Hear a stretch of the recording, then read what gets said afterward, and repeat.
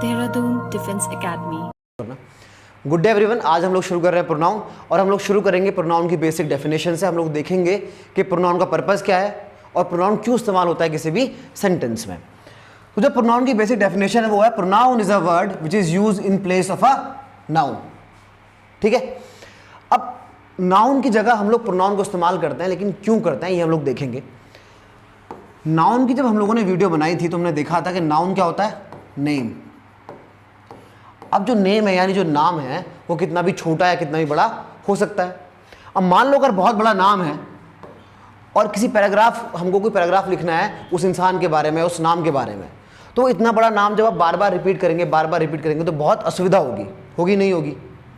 तो उसी पर्पस को सॉल्व करने के लिए हम लोगों ने क्या किया, हमने कहा कि भाई ठीक है, जो ये नाम है, जो ये नेम है, जो ये नाउन है, इसकी जगह हम लोग क्या यूज़ करेंगे, प्रोनाउन। और प्रोनाउन बाय नेचर आपने देखा होगा बहुत छोटे होते हैं। कैसे? ही, शी, इट, दे। क्योंकि ये छोटे होते हैं तो इनको बार बार रिपीट करने में हमको क्या होती है, बहुत सुविधा होती है और आसानी से कोई भी हम लोग पैराग्राफ पूरा कर सकते हैं। तो प्रोनाउन को यूज़ करने का तो पर्पज़ ये है कि जो नाम होते हैं वो कई बार बहुत ज़्यादा बड़े भी हो सकते हैं, कई बार बहुत ज़्यादा छोटे भी हो सकते हैं। तो उस बड़े नाम को बार बार रिपीट करने में आपको क्या होगा, बहुत परेशानी होगी। ठीक है, अब उस परेशानी को सॉल्व करने के लिए हमने क्या किया, हमने क्या कि भाई अब हम लोग क्या करेंगे कि नाउन की जगह, जो नाम है उसकी जगह हम लोग प्रोनाउन को यूज़ करेंगे। और प्रोनाउन इनहेरेंटली क्या होते हैं, छोटे होते हैं और उनको इस्तेमाल करना बहुत आसान होता है। तो ये तो हो गया हमारा पर्पस कि हम लोग प्रोनाउन को क्यों इस्तेमाल करते हैं। अब हम देखते हैं कि किस कंडीशन में आपको प्रोनाउन इस्तेमाल बिल्कुल नहीं करना है। आपको उस कंडीशन में प्रोनाउन इस्तेमाल नहीं करना है जब प्रोनाउन का जो इस्तेमाल है वो मीनिंग को वेग कर दे। मीनिंग को वेग मतलब धुंधला कर दे, आपको साफ साफ समझ में ना आए कि किसकी बात हो रही है। एग्जाम्पल देखिए, Ram and Shyam had a match, full stop, he lost it. यहां मैंने जो ही का प्रयोग किया वो क्या एक प्रोनाउन है। क्या आपको ये सेंटेंस पढ़ के साफ साफ पता चल रहा है कि हारा कौन, राम या श्याम? बिल्कुल नहीं चल रहा, क्योंकि ही राम के लिए भी आ सकता है और ही श्याम के लिए भी आ सकता है। इसका मतलब जब मैं यहाँ प्रोनाउन का इस्तेमाल कर रहा हूँ तो जो मेरा मीनिंग है वो कैसा हो जा रहा है, वेग हो जा रहा है। मेरे को साफ साफ पता नहीं चल रहा कि जो ही का इस्तेमाल हुआ है वो राम के लिए हुआ है या श्याम के लिए हुआ है। बात समझ में आई आपको? इसका मतलब क्या है कि मैं यहाँ प्रोनाउन इस्तेमाल नहीं कर सकता। मुझे यहाँ राम हारा या श्याम हारा, मुझे वो नाम से ही लिख के बताना पड़ेगा। लेकिन अगर यहाँ श्याम की जगह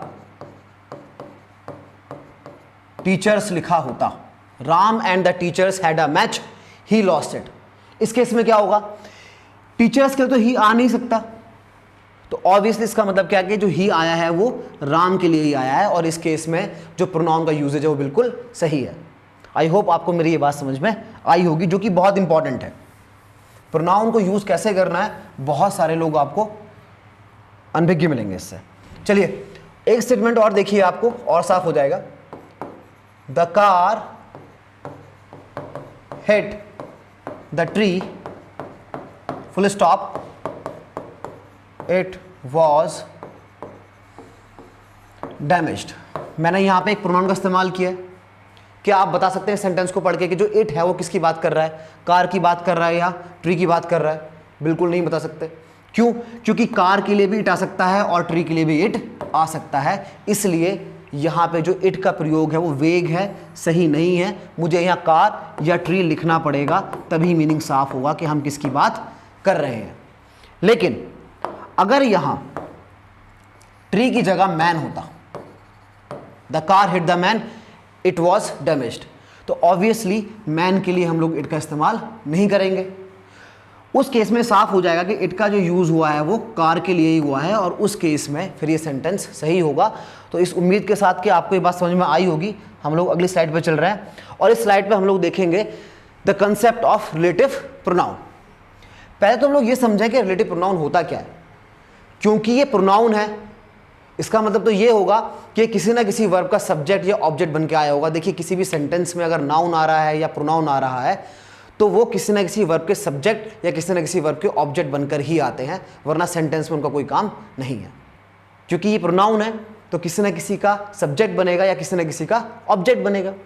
और क्योंकि ये रिलेटिव है तो क्या करेगा, रिलेट करेगा। अब कैसे करेगा मैं आपको यहां सिखाता हूं। मैंने यहां लिखा I have 2 sons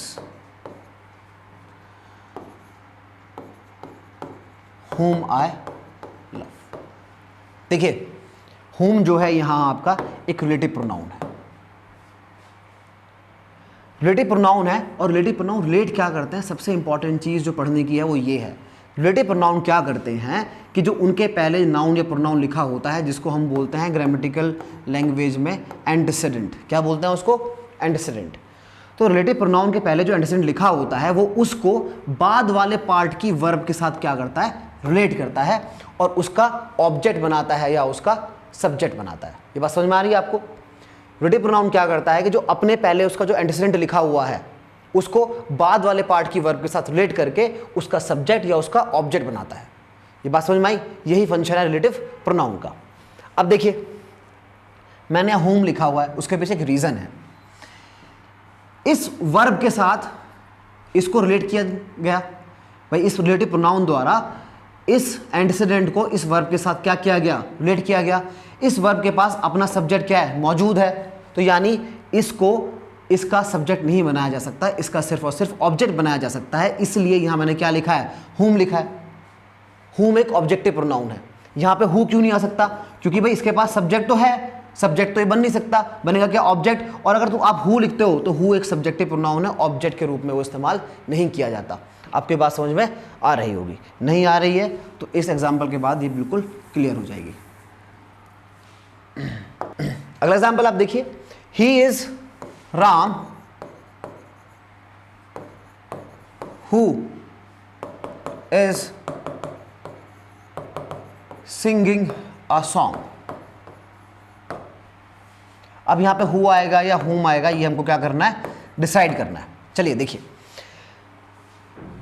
relative pronoun है तो क्या करेगा कि इसके पहले जो एंटीसीडेंट लिखा होगा उसको बाद वाले पार्ट की वर्ब के साथ क्या करेगा, रिलेट करेगा और उस वर्ब का सब्जेक्ट बनाएगा या उस वर्ब का ऑब्जेक्ट बनाएगा। सिंगिंग जो वर्ब है उसके पास एक ऑब्जेक्ट मौजूद है, यानी ऑब्जेक्ट तो बना नहीं सकता, तो क्या बनाएगा, सब्जेक्ट बनाएगा। इन दोनों प्रोनाउंस में से सब्जेक्टिव प्रोनाउन कौन है, हु है, तो हमारा आंसर हु आएगा यहाँ। तो कहाँ हु लगाना है, कहाँ हुम लगाना है, आई गेस आपको ये बात समझ में अब आ रही होगी। और रिलेटिव प्रोनाउन क्या करता है इसका भी आपको थोड़ा बहुत आइडिया लग गया होगा। तो उसके साथ ही हम लोग ये जो ऊपर जो एग्जाम्पल्स लिखे हुए हैं इनको सॉल्व करने की कोशिश करेंगे। चलो, I know the man who you had beaten. बहुत बढ़िया, ये लिखा हुआ है हमारा रिलेटिव प्रोनाउन, इसके पहले लिखा हुआ है द मैन। क्या करेगा, इसको आगे वाले पार्ट की वर्ब के साथ क्या करेगा, रिलेट करेगा और उसका सब्जेक्ट बनाएगा या उसका ऑब्जेक्ट बनाएगा। अब इस बीटन वर्ब के पास सब्जेक्ट पहले से ही मौजूद है, यानी सब्जेक्ट तो बना नहीं सकता, बनाएगा क्या, ऑब्जेक्ट बनाएगा। ऑब्जेक्ट बनाएगा तो प्रोनाउन भी कैसा आएगा, ऑब्जेक्टिव आएगा, यानी यहां मुझे क्या लिखना पड़ेगा, हुम लिखना पड़ेगा। हु से मेरा काम नहीं चलेगा क्योंकि ऑब्जेक्टिव प्रोनाउन हुम है और हु कैसा है हमारा, सब्जेक्टिव। अभी हम लोगों ने देखा एक मिनट पहले। अगला एग्जांपल देखिए आप, आई नो द मैन हुम हैड बीटन यू। बहुत बढ़िया, ये लिखा हुआ एक रिलेटिव प्रोनाउन, इसके पहले क्या लिखा हुआ है, द मैन, यानी ये इसका एंटीसीडेंट है। अब इस एंटीसीडेंट को आगे वाली वर्ब के साथ ही क्या करेगा, रिलेट करेगा और उसका क्या बनाएगा, सब्जेक्ट या ऑब्जेक्ट बनाएगा। लेकिन इस वर्ब के पास पहले से ही ऑब्जेक्ट मौजूद है, यानी ऑब्जेक्ट तो ये बना नहीं सकता, तो क्या बनाएगा, सब्जेक्ट बनाएगा। सब्जेक्ट बनाएगा तो प्रोनाउन भी यहाँ कैसा आना चाहिए सर, सब्जेक्टिव प्रोनाउन आना चाहिए। इसका मतलब यहाँ से हुम नहीं हट आएगा, यहाँ पे क्या आएगा, हु आएगा। हुम को हटाए क्या लिखेंगे हम, यहाँ हु लिखेंगे। अगर आपको इतनी बात समझ में आ गई है तो एनडीए के लेवल का हर क्वेश्चन आप लोग कर लेंगे। अब बात रही कि अगर और क्वेश्चन मुश्किल आए तो क्या होगा। क्वेश्चन अगर और मुश्किल होंगे तो फिर ऐसे होंगे, I sent a gift to my fiancé that I bought for 1 rupee। आपको पता है, आपने अभी सीखा कि रिलेटिव प्रोनाउन क्या करते हैं कि उनके पहले जो एंटीसीडेंट लिखा हुआ है उसको बाद वाली वर्ब के साथ क्या करते हैं, रिलेट करते हैं और उसका सब्जेक्ट या ऑब्जेक्ट बनाते हैं। इस वर्ब के पास अपना सब्जेक्ट पहले से ही मौजूद है, विच इज आई, तो यानी सब्जेक्ट तो बना नहीं सकता, बनाएगा क्या, ऑब्जेक्ट बनाएगा। बहुत बढ़िया। अगर बॉट वर्ब का ऑब्जेक्ट फियांसे बन गया तो उसका मतलब क्या होगा कि you are buying fiancé, which is incorrect. भैया फियांसे खरीद नहीं सकते, तो इसका मतलब इस रिलेटिव प्रोनाउन का जो एंटीसीडेंट है वो गलत लिखा हुआ है, हमको इसका एंटीसीडेंट सही करना पड़ेगा। यहाँ पे हु या हुम की एरर नहीं है, यहाँ पे एरर ये है कि जो एंटीसीडेंट का जो ऑर्डर आपने लिखा हुआ है, जो एंटीसीडेंट आपने लिखा है वो सही है या नहीं है। अब मैं क्या करूँ, अगर मैं इस सेंटेंस को रीफ्रेज करके थोड़ा सा ऐसे लिख दूँ, I sent to my fiancé a gift, gift that I bought for 1 rupee। अब इस सेंटेंस को आप देखिए, यह है आपका रिलेटिव प्रोनाउन। रिलेटिव प्रोनाउन का एंटीसीडेंट कौन हो गया, यहां गिफ्ट हो गया। अभी क्या करेगा, इस गिफ्ट को बाद वाली वर्ब के साथ क्या करेगा, रिलेट करेगा, उसका सब्जेक्ट या ऑब्जेक्ट बनाएगा। इस वर्ब के पास सब्जेक्ट तो पहले से था ही था, आई, क्या बनाएगा इसका, फिर ऑब्जेक्ट बनाएगा, एंड यू कैन, तो इसका मतलब हो जाएगा आई बॉट अ गिफ्ट। भाई इस गिफ्ट को, इस एंटीसीडेंट को इस वर्ब का क्या बनाएगा, ये ऑब्जेक्ट बनाएगा, तो उसका मतलब क्या हो जाएगा, आई बॉट अ गिफ्ट, जो कि बिल्कुल सही है। तो आप देख रहे हैं एंटीसीडेंट के ऑर्डर के ऊपर भी कोई ना कोई क्वेश्चन आपसे पूछा जा सकता है। ये एक थोड़ी सी मुश्किल एरर है जो आपको CDS के या SSC के लेवल पे मिलेगी। ठीक है, अगला क्वेश्चन देखिए, I gave my student a pen that is very expensive. क्या ये क्वेश्चन सही है, सही है, नहीं है? अच्छा चलो, यहां देखो, ये हो गया हमारा रिलेटिव प्रोनाउन, इसका एंटीसीडेंट कौन है, आ पेन। तो जब रिलेटिव प्रोनाउन इस्तेमाल होता है तो वो अपने एंटीसीडेंट को बाद वाली वर्ब के साथ क्या करता है, रिलेट करता है ना। तो क्या करेगा भाई, इसके पास सब्जेक्ट की कमी है, इसके पास सब्जेक्ट नहीं है, तो क्या करेगा, दैट पेन को इस वर्ब पर क्या बना देगा, सब्जेक्ट बना देगा, जो कि बिल्कुल सही है, मेक सेंस, कोई इशू ही नहीं है, यानी इस सेंटेंस में कोई गलती नहीं है। अब अगला क्वेश्चन देखिए आप, she is the girl whom everyone says will solve this question। यहां पे आपने एक रिलेटिव प्रोनाउन लगाया, उसका एंटीसीडेंट कौन है, द गर्ल, यानी अब ये द गर्ल को बाद वाली वर्ब के साथ रिलेट करके उसका सब्जेक्ट बनाएगा या ऑब्जेक्ट बनाएगा। बस अब आपको ये देखना है कि बाद वाली वर्ब के पास है क्या नहीं, सब्जेक्ट या ऑब्जेक्ट। एवरीवन सेज एक वर्ब है, उसके पास सब्जेक्ट मौजूद है। विल सॉल्व एक वर्ब है, उसके पास सब्जेक्ट मौजूद नहीं है, तो इसका मतलब हमको सब्जेक्ट बनाना है इसका, इस वर्ब का। ये क्या करेगा, ये रिलेटिव प्रोनाउन इस गर्ल को इस वर्ब के साथ रिलेट करेगा और इसका क्या बनाएगा, सब्जेक्ट बनाएगा। सब्जेक्ट बनाएगा तो ये प्रोनाउन भी किस केस का होना चाहिए सर, सब्जेक्टिव होना चाहिए। इसका मतलब यहाँ हम हूँ इस्तेमाल नहीं कर सकते, क्या इस्तेमाल करेंगे हम लोग, यहाँ हूँ इस्तेमाल कर लेंगे। आसान है या नहीं है? देखिए एक चीज़ यहाँ समझने वाली है, बहुत इंपॉर्टेंट चीज़ है, वो ये है कि किसी भी सेंटेंस में अगर कुछ नाउन या प्रोनाउन लिखा हुआ है, नाउन या प्रोनाउन लिखा हुआ है, तो वो ज़रूरी है किसी ना किसी वर्ब का सब्जेक्ट या किसी ना किसी वर्ब का ऑब्जेक्ट बनेगा। खाली आप सेंटेंस में सब्जेक्ट या ऑब्जेक्ट नहीं लिखते, है ना। मान लो अगर आपने कोई नाउन लिखा है ना, तो उसको किसी, अगर नाउन लिखा है या प्रोनाउन लिखा है, फॉर दैट केस अगर आपने सेंटेंस में नाउन या प्रोनाउन लिखा है तो उसको किसी ना किसी वर्ब का सब्जेक्ट या किसी ना किसी वर्ब का आप ऑब्जेक्ट बनाइए। अगर वो किसी वर्ब का सब्जेक्ट या ऑब्जेक्ट नहीं बन रहा है तो उसका मतलब सेंटेंस में फालतू लिखा हुआ है। इसका मतलब क्या है कि उसको वहाँ से हटाइए या किसी वर्ब का सब्जेक्ट या ऑब्जेक्ट बनाइए। ये छोटी छोटी चीज़ें हैं जो आपके लिए बहुत इंपॉर्टेंट है, आप ध्यान रखेंगे इनको। चलिए अगला क्वेश्चन है, the boys who we met are very dull. ये क्वेश्चन मैं आपके लिए छोड़ रहा हूँ, इस क्वेश्चन को आप लोग घर पे करेंगे ट्राई, और मेरे को यूट्यूब की जो वीडियो चल रही है ना, इसके नीचे कमेंट सेक्शन में आप बताएंगे कि इसका सॉल्यूशन क्या होना चाहिए। चलिए अगला क्वेश्चन हम लोग देखेंगे, we are looking for the boy who we saw there and followed that day. अब देखिए होगा क्या, कई बार लोग क्या करते हैं कि लोग रट लेते हैं कि भैया वर्ब्स गिन लो और ये देख लो कि वर्ब के पास सब्जेक्ट है या ऑब्जेक्ट है ना।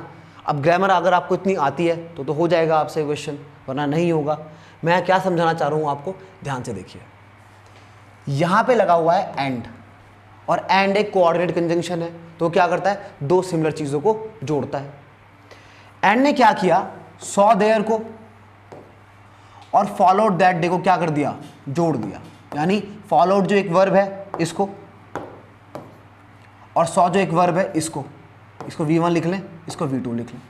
इन दोनों क्या किया, एंड ने जोड़ दिया। जब एंड ने इन दोनों वर्ब्स को जोड़ दिया तो इन दोनों वर्ब्स का जो कॉमन सब्जेक्ट है वो कौन है, V है। समझ रहे आप मेरी बात। अब अगर इन दोनों वर्ब्स का कॉमन सब्जेक्ट वी है तो इसका मतलब ये है कि इन वर्ब्स को मैं सब्जेक्ट दे नहीं सकता, क्योंकि इनके पास पहले से ही क्या है, सब्जेक्ट है। अब किसकी जगह रही होगी, अगर सब्जेक्ट फुल है तो अगर जगह बची होगी तो किसकी बची होगी, ऑब्जेक्ट की। अगर तुमको ऑब्जेक्ट अगर देना है तो क्या लिखेंगे हम यहाँ, होम लिखेंगे। इतनी सी बात है, बात समझ में आ गई आपको। आप ये मत कीजिएगा कि भैया ठीक है 100 लिखा हुआ है, 100 के पास तो हमारे पास सब्जेक्ट है वी, लेकिन फॉलोड के पास कोई सब्जेक्ट नहीं है, तो उसको आप सब्जेक्ट दे दें और वहाँ लिख दें हूँ। नहीं सर, यहाँ पे एंड ने क्या किया, 100 वर्ब और फॉलोड वर्ब को एक साथ क्या कर दिया, जोड़ दिया। तो ये दोनों वर्ब है ना, अब एक वर्ब की तरह ट्रीट की जाएंगी, यानी V3 की तरह ट्रीट की जाएंगी, एक सिंगल वर्ब की तरह, क्योंकि एंड ने क्या किया, इन दोनों को जोड़ दिया। तो इन दोनों वर्ब्स को आप अलग अलग ट्रीट ना करके एक सिंगल वर्ब की तरह ट्रीट करेंगे, और इन दोनों वर्ब्स का जो सब्जेक्ट होगा वो कौन होगा, कॉमन सब्जेक्ट वी होगा, यानी दोनों वर्ब्स के पास सब्जेक्ट मौजूद है। अब ऑब्जेक्ट की जगह खाली है, अगर ऑब्जेक्ट की जगह खाली है तो आप क्या लिखेंगे, हूम। ये बात समझ में आ रही है ना आपको। चलिए अगला क्वेश्चन हमारा, they forgot the girl who found their bag and they gave her money. ये क्वेश्चन आपके लिए, आप कमेंट सेक्शन में मुझे बताएंगे कि इस सेंटेंस में गलती क्या है और ये सेंटेंस कैसे सही होगा। इससे पहले मैं इस वीडियो को खत्म करूं, मैं बता दूं कि इस तरह का क्वेश्चन बहुत मुश्किल क्वेश्चन है, आसानी से नहीं होने वाला है। मैं आपको हिंट देता हूं, आपको क्या करना पड़ेगा, पहले यहां से हर को हटाना पड़ेगा, और दूसरी बात क्या करना पड़ेगा, इस एक्टिव सेंटेंस को पैसिव सेंटेंस में कन्वर्ट करना पड़ेगा, तभी आप इस सेंटेंस को सही कर पाएंगे, वरना ये सेंटेंस सही नहीं होगा। एक छोटा सा नोट आप बना लीजिए, वो ये है कि अगर किसी चीज़ के लिए कोई रिलेटिव प्रोनाउन यूज हो गया सेंटेंस में एक बार, तो उस चीज़ के लिए फर्दर आप उस सेंटेंस में कोई भी पर्सनल प्रोनाउन इस्तेमाल नहीं करेंगे। द गर्ल है, इसके लिए हु इस्तेमाल हो गया, जो कि क्या है, एक रिलेटिव प्रोनाउन है। तो अब इस द गर्ल के लिए सेंटेंस में फर्दर कोई भी पर्सनल प्रोनाउन इस्तेमाल आप नहीं कर सकते, और हर क्या एक पर्सनल प्रोनाउन है, इसलिए यहाँ हर को आपको हटाना पड़ेगा, ठीक है। और उसके बाद फिर आपको हु लिखना है या हुम लिखना है, ये डिसाइड करने के लिए आपको बहुत मुश्किल आने वाली है। आप कोशिश कीजिएगा जितनी हो सके आपसे, आप कहीं से भी ढूंढिए, यूट्यूब पे किसी भी चैनल पे देखिए, किसी भी ट्विटर से पढ़िए, और आप इस क्वेश्चन का आंसर पता करने की कोशिश कीजिए। I wish you good luck and I will see you soon.